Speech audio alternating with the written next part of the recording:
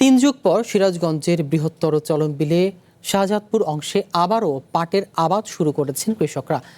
গত কয়েক বছর ধরে বাজারে ফলন ও ভালো দাম পাওয়ায় চলতি মৌসুমে পুরো জেলায় মোট 14,100 হেক্টরে বেশি জমিতে পাটের চাষ হচ্ছে।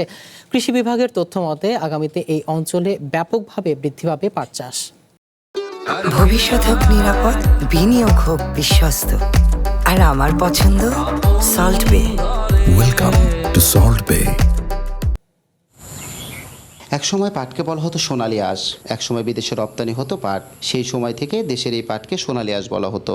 দেশে তখন চলমান ছিল বেশ কয়েকটি জাতীয় পাট কল, কিন্তু ন্যায্য মূল্য না পাওয়া সহ নানা জটিলতায় বন্ধ হয়ে যায় সেগুলো। তার সাথে সাথে কমেছে পাটের চাহিদা, ফলে পাট চাষে আগ্রহ হারিয়ে ফেলেন অনেক কৃষক। তবে সময়ের পরিবর্তনে আবারও বদলাতে শুরু করেছে সেই চিত্র। বিস্তীর্ণ মাঠে মনের আনন্দে এভাবেই গান গাইছেন আর পাট কাটছেন কৃষকেরা। বৃহত্তর চলনবিলের শাহজাদপুরের অংশে দীর্ঘ 36 বছর হয়নি পাটের চাষ। চলতি বছর পরীক্ষামূলকভাবে কৃষকেরা চাষ করছেন পাট। এতে ফলনও হয়েছে ভালো। ব্যাপক চাহিদা ও ভালো দাম পাওয়ায় পাট চাষে আগ্রহ বাড়ছে চাষিদের। দীর্ঘদিন আমাদের এই অঞ্চলে কোনোদিন পাটের চাষ হতো না। এবছরে বাম্পার ফলন আমরা পেয়েছি। বিভিন্ন এলাকা থেকে লোকজন আসতেছে দেখার জন্য। বিকেল আসলে পরে লোকের গাদি হওয়া যায়, একেবারে দেখার মতো একটা দৃশ্য। সার একদমই লাগে নাই, কারণ যে সারগুলো ইউজ করছিলাম পেঁয়াজে, সেই সারের উপরে নির্ভর করে এই পাটটা অলরেডি আসছে। কৃষি অফিসের কাছে আমরা সহযোগ হতে চাই, যিনি আমরা এই যে পাটের আবাদ যিনি এগুলো আমরা ভালোভাবে করতে পারি, আর আমাদের যিনি কৃষি অফিসে যেন আমাদের সাহায্য করে। কৃষি সম্প্রসারণ অধিদপ্তরের পক্ষ থেকে পাট চাষের জন্য কৃষককে উদ্বুদ্ধ করা হচ্ছে। পাশাপাশি লাভজনক ফলন হওয়ায় আগামীতে এই অঞ্চলে ব্যাপকভাবে পাট চাষ বাড়ার আশা করছেন এই কর্মকর্তা। এবছর যে আবাদ হয়েছে তার কয়েক গুণ বেশি আবাদ আগামী বছর এখানে হবে। আমাদের কৃষি সম্প্রসারণ অধিদপ্তর, উপসহকারী কৃষি অফিসার সবাই আমাদের কৃষক ভাইদেরকে পরামর্শ দিচ্ছি, উদ্বুদ্ধ করছি, এবং কারিগরি যত ধরনের সহায়তা দেওয়া দরকার আমরা দেব। আমরাও চাই বাংলাদেশ সোনালী আঁশের যে দেশ সেটা আবার ফিরে আসুক। সোনালী আঁশের সুদিন ফিরিয়ে আনতে দেশের সব পাটকল চালুর পাশাপাশি এর চাহিদা বাড়ানোর দিকে তাগিদ দিচ্ছেন সংশ্লিষ্টরা। শুভ কুমার ঘোষ, ওয়ান নিউজ, সিরাজগঞ্জ।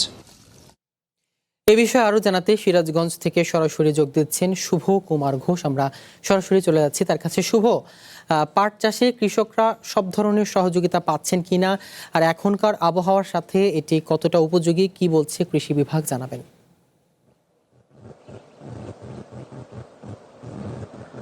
সিয়াম, আসলে যতটুকু দরকার পাট চাষে কৃষককে উদ্বুদ্ধ করার জন্য কিন্তু বিভিন্নভাবে কাজ করছে কৃষি বিভাগ, এবং কৃষি বিভাগ কিন্তু বলছে যে ধরনের উপকরণ দরকার, পরামর্শ দরকার, তারা কিন্তু সেটি দিয়ে যাচ্ছেন।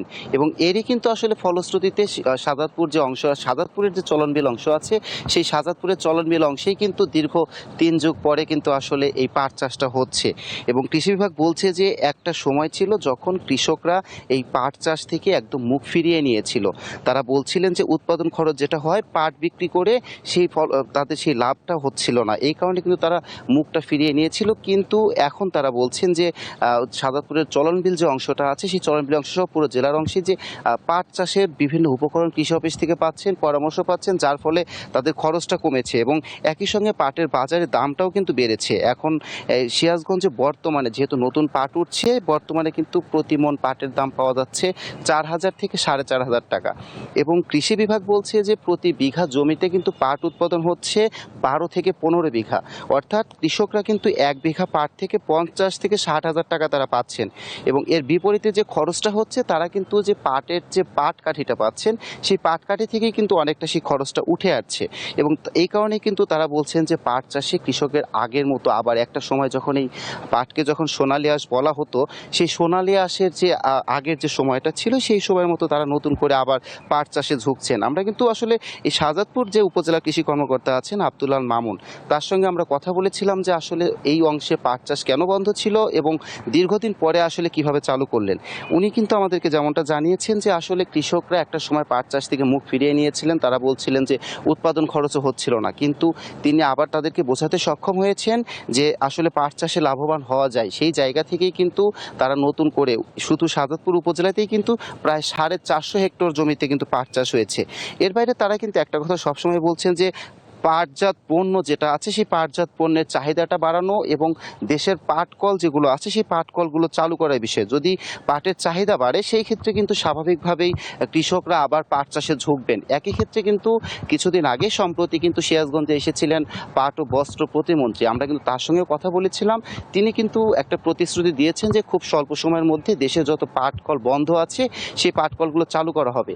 যদি পাটকলগুলো চালু করা যায় এবং একই সঙ্গে পাটজাত পণ্য যেটা আছে সেই পণ্যগুলো যদি বিদেশে রপ্তানি করার সুযোগ থাকে সেই ক্ষেত্রে কিন্তু পাটের চাহিদা বাড়বে এবং একই সঙ্গে পাটের চাহিদা বাড়লে কিন্তু কৃষকও বেশি পাট চাষে ঝুঁকবেন এবং পাট উৎপাদনটাও কিন্তু বাড়বে, এমনটাই কিন্তু মনে করছেন সংশ্লিষ্টরা। সিয়াম। ধন্যবাদ শুভ আপনাকে।